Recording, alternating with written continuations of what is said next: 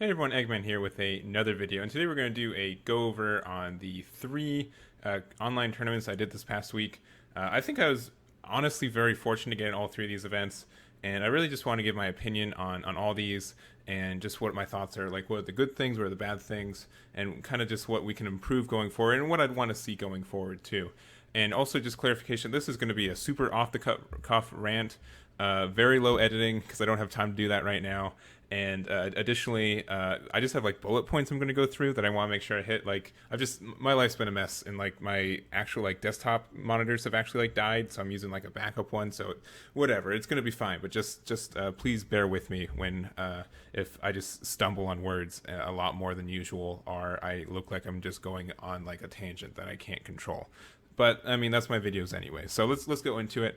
So I think the first thing that people want to talk about is just kind of how these events were announced and how the sign up process went. And I guess I'll go with how I got into these tournaments too, because I 100% lucked out. I had like no prior warning than anyone else. I was just on the ball, and I think like the fact that I'm working like an 8 to 5 right now is helping me because I just get up early. Because some of these, I think one, if not two of them, were announced super duper early, which kind of helped me out with that as well. But we had I believe Core was announced first. They announced it just like out of the blue on like a Thursday or so afternoon, like a weekday afternoon. Like, hey, we're having this tournament, 64 person cap.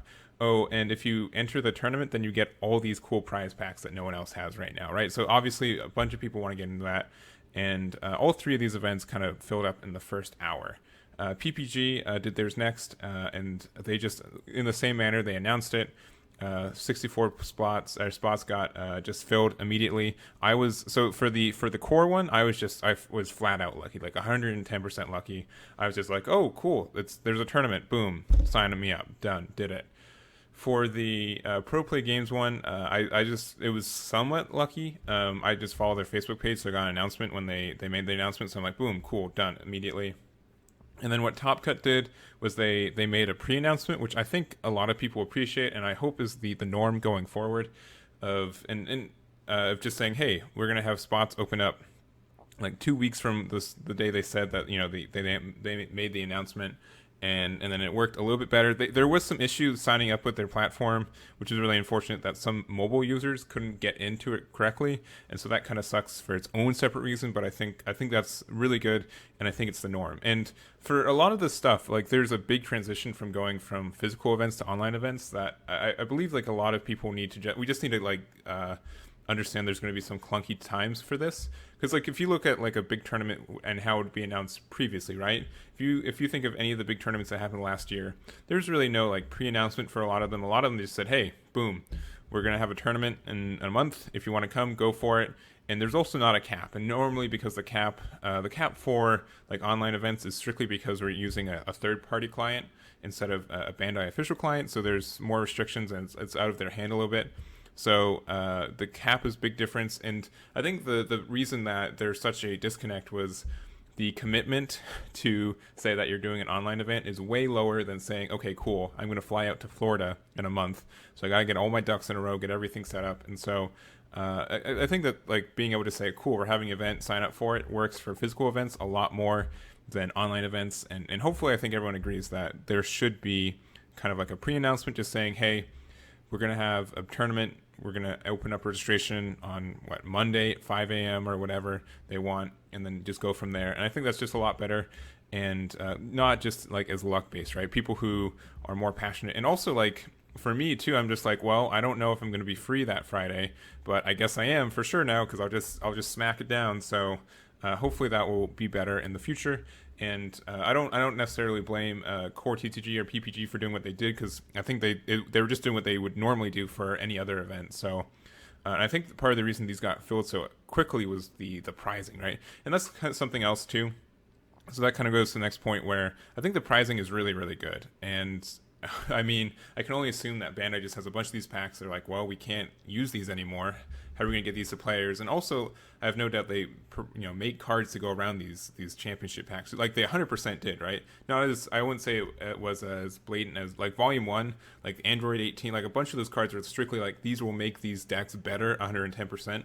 I don't think that's as much for these cards, but I still think that like cooler. Obviously, everyone wants that cooler. I want that cooler. And so having a way to get these cards, especially for kind of like an online event, I think is a really good idea. And I hope they do it more often, especially since so if you look at the entry, like the people sign up for this event for the entry prize, right? The top 4 prize for this event were 3 of the Volume Championship 2020 pack. The Volume 1 Championship 2020 pack, which are still really good packs, by the way. They didn't give out as many as they're supposed to because half our events got canceled for the first half of the year. But I think they're a really cool prize for top 4, and also that mat. Obviously, that only goes to first place, but this is all just really good. I think prizing, but just entering for $20, get like anyone who entered for $20 is definitely getting their money back, right? It's like a slow investment of just saying, hey, I'll give $20 and I'll get 9 of these really good promo packs, and no doubt like 1 or 2 cards will already be that $20 that you put into it. So it was a really good deal for the people who could get in, and I hope that kind of thing continues. Maybe it won't be as like I guess we get 5. I think we get 5 of the Championship 2020 Volume 2 packs and 3 of the tournament packs for this year, which is still such a great deal. And hopefully they continue this in so many ways, because I know, especially me, because I'm in the middle of Kansas, we have a hard time getting events sometimes, and I've no doubt like a bunch of stores, a bunch of locals for communities have kind of not been able to make it through this period right now. So I hope they continue to do these kind of online events where they're not super duper, like they're not like casual, but they're not casual, like they're not regional levels, but maybe like these once or twice a month, having these online tournaments for people who can't actually get to other places, so they can still get some promos that people are passionate for this game. They want these promos, they want these cards, but they just literally, it's not feasible for them to go to any events and in any regard to get these. And so for promos like these, I think these are great events for them, and hopefully these will continue past what time we're in right now, right? Hopefully they will continue having these online events at kind of like a medium level of competitiveness where sure, there's a first and top 4 prize, but just for entering and playing in the tournament is kind of like the prize in itself, which I think is a really good way to get people to sign in. So player cap. So the caps for all these events were 64 people, which I think is a good amount, especially for like an online event. All these events took about 5 hours or so, and I wouldn't expect these events to go much longer than that. I think that's a big ask for people. I mean, obviously, if you go to actual tournaments, you'll have like 12-hour days, which are ridiculous. But for something at this kind of level of intensity and everything, I think 5 to 6 hours is a good amount to have set aside for this. Especially if you go X2, you get your participation prize still, but you're able to and then you're able to leave and still have like 4 hours left in your day or whatever. So I saw some people would just be upset because there's only 64 spots, and if you look at it for like only 3 events which had these packs at first, that's only 128. It's less than 200 spots, right? So that's kind of like, it's smaller than, these 3 events are smaller than what a normal size regional would be, right? So that's a lot of people who aren't getting the packs that they want, or even getting the entry they want too. So I think the cap is a little bit rough, and instead of increasing the cap, I think there should just be more events of this kind. And even if it's just kind of on a weekly basis, I know that Bandai has a bunch of tournament organizers that it can work with, and if it can kind of be like a rotation of just like, first Saturday, PPG does an online event for the month. Second Saturday, like Core TCG, Top Pick can do the third, Kartica can do it. Like just that kind of way of where it kind of rotates through it. People can do it if they can't do anything else, and just give people a way to get prizes without having to kind of leave their house, especially during this time and everything. So I think that's kind of there. I think 64 is a good number. And obviously, I think the only reason that people wanted more were just so more people can get the packs, and I think that can be better if there are more events instead of increasing the cap size, especially since we're using Untap, which, once again, I've already kind of touched, is a third-party client. It's a really good client. I really like it. I use it a lot. It's in almost all my videos. I use it so much. But the big thing for me is that it's hard to determine how much stress it can actually take. And this is before, I'm making this video before Gen Con, right? Gen Con has 4 events, and they are doubling the cap to 128 people, which is, I think maybe, I don't know, that's kind of a mistake to me. I don't know if Untap can hold it. We'll find out if they can. I'm doing Thursday and Sunday, and only because I don't want like Friday and Saturday I think will be the busiest days, and I don't want to be in the middle of all that. So hopefully Thursday and Sunday will be better, but I don't know. That's kind of making me skeptical, and I think honestly I don't think we're at a spot where we can have like regional events online yet. I don't think Untap is a good client for that. I think it's still third party, and because of that, it's just I don't know. I'm not trying to bash on Untap. I love it. It's great. It's just not like an official client, which means that there can be some things that go wonky, and then it's just a lot of like that's too bad situations. You know what I mean? Where like you disconnect somehow, or Untap does something wonky, and like all you can do is say, well, that's too bad. Start over, or you lost, or whatever. And I think at this level of intensity of prizing, where once again you win by just entering the tournament, I think it's a really good client for that, but not for anything above that. So we'll see. As far as I know, Gen Con has the same pricing. They just doubled every tournament size to 128. So that it will be really interesting. I don't know if I'm looking forward to it. It sounds like it might be a little chaotic, but I could be wrong. I'm going in with high hopes, but it will be interesting to see how that really goes off. But so that's the big thing about just kind of how I feel. That 64 I think is good, and 128 might be pushing it, but we'll really see how we go for there. And then also, I guess the other thing to talk about is that it's only best of one, and instead of best of three. Personally, I like best of one as a format, and I think something that people, I think everyone kind of understands that playing online takes longer. It's just a fact, right? Even with delay, just saying not having the cards in front of you, having to remember which key does what, and when you try to mill two cards from your deck, you don't have to go like hover over your deck, say okay, which card is it? All right, mill. You got to find like the two. Like obviously, it just takes so much longer, right? And so I think in a best of one format is the good idea, especially since you don't have to mess with side deck, which can be side decking in this game can be really tricky, especially with how the side deck rules work in like compared to other games. So it could be. I think it's really wise to do a best of one format for us, and it's just I don't know. A lot of people I don't know. People won't take it as seriously if it's only best of one. And once again, I've been saying this a lot, but it's just this middle of the road kind of between the locals and regionals. I think online is perfect for this middle of the road, just to have people kind of get their blood pumping, getting back used to the game, and get some prizing too, which they really need in this time of where there's like no locals for a lot of people, including myself. So there's that. I think best of one format is good, and it also just helps us get like rounds moving. I can't imagine like if we were doing a best of three, I would imagine that if it to be like emulate a more like competitive way to play this game, it would be closer to maybe like an hour and a half to 2 hours per round, which is just insane. I can't imagine doing that. But I guess one thing to consider though. Even with these 40 minutes, it's not as... So, I guess breaking down. So, both PPG and Core TCG, they did 40-minute rounds with 5 minutes of overtime. And then we also had Top Cut do 30 minutes rounds with 5-minute overtime, which personally I felt like 30 minutes was way too little. For me, when I went into the tournament, I didn't even play. Like I used like a mid-range control strategy, and 30 minutes is nothing. I was if I was playing a control strategy, I was going to hit time every time. I didn't want to mess with that, so I played something a little bit faster, and it didn't work out, and I could just go home, right? So that was fine, or stay home. I guess that's the better way to say it. But I don't think that we need to.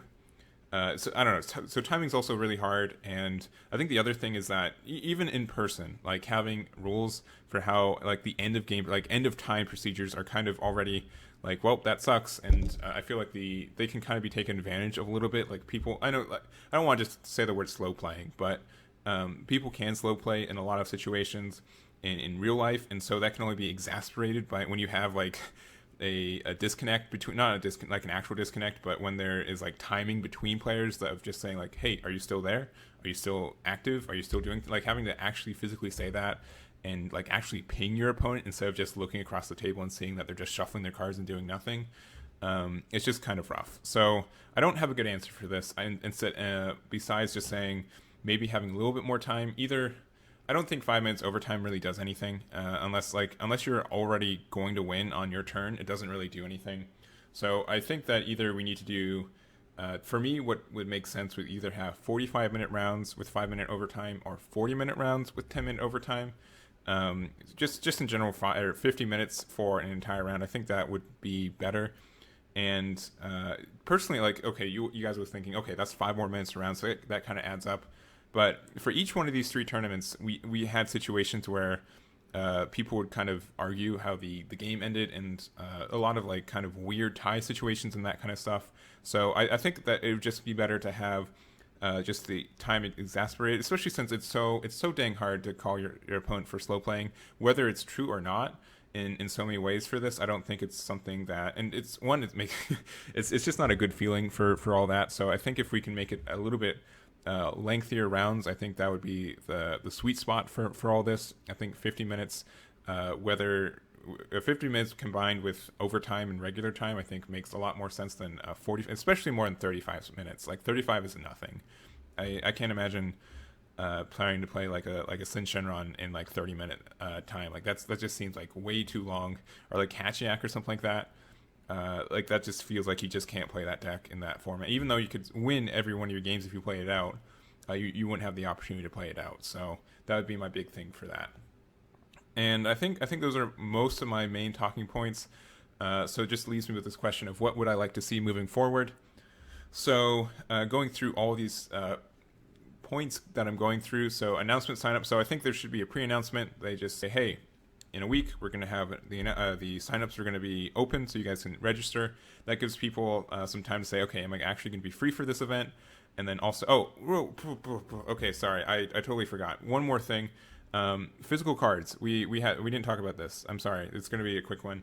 I think we should have we had to take pictures of our deck list to prove that we had the cards we're playing with. I think it's I can understand why people are upset with it, and especially right now when some people might not be as financially stable as they have been previously. I think it's a bit tough to have that rule where you have to actually invest in the cards you're playing with. But on the other hand, I also kind of understand why it's there. So I don't know. I could be both ways on it. Obviously, there are some decks I wouldn't play because I have to actually find the cards and I don't have them. So it has affected me as well. But I think it's fair enough of like saying, okay, you need to kind of have the cards. And I think it's also kind of just to support Bandai right now. I don't know if you guys think they need support right now monetarily or not, but they want to make sure people are still buying their new cards and everything. And I understand that from their point of view. And I don't really know how I feel about it. I don't think it's stupid enough to make a big deal about it. And I don't think it's, I don't know. I don't think it's cut and dry. I think it's fine right now. I understand why they did it. And I don't really have a big argument about it. So, okay, that aside. So that's the last thing I want to mention. So what would I like to see moving forward? Pre-announcements, we definitely want that. That just makes sure that it's a little bit more of an even playing field, not just who was awake at 8 a.m. on a Monday morning kind of deal. Then there's also the player cap. I think the player cap is fine at 64. Other than that, like as long as we're having like the pricing, the player cap has to be kind of the same, right? If we have really good pricing, then you need a lot more players, right? And vice versa. If there's not a lot of players, then the pricing is probably going to be kind of low. So I think 64 with what we currently have as our pricing is fine. Even if they scale it back the entry prizes by like 1 or 2 packs less, I still think you're fine. I don't actually know, but I have no doubt like one entry prize package of like can probably average from like $50 to $100. So like paying $20 to do it, playing the tournament and everything, I think that's fine. But so I don't think I'll change. I don't think I would change the pricing or player cap. I think that for like Gen Con, I think for the amount of players that are in it, and I think it's still top 4. If it's not top 4, tell me I'm wrong in the comments. But I think they have the same, like only top 4 get the extra prizes in Gen Con, which is just way too much for 128 people. That's like, what, 2% of the players, something like that. It's just like what, 3%. It's really low. It's a low percent of players who actually get this prizing compared to like a top 8 or top 16, which I would like even a top 8 from 64 players is what I expect. We had top 4, and they doubled the amount of players, but they didn't double the amount of tops. So I would at least expect top 8 for a Gen Con event, but it's only top 4. So I think that's kind of weird, but also I don't think the pricing is that actually like valuable in a lot of ways. They're kind of just like some older cards. So I think it's fine. I think for online events like this, I think the pricing should mostly be just signing up in the first place, making sure obviously people actually play their rounds and everything. It's pretty lame if you just sign up for the pack. I mean, obviously people will plus from this round of participation packs. Maybe that won't be true in the future, but right now people can definitely plus from them.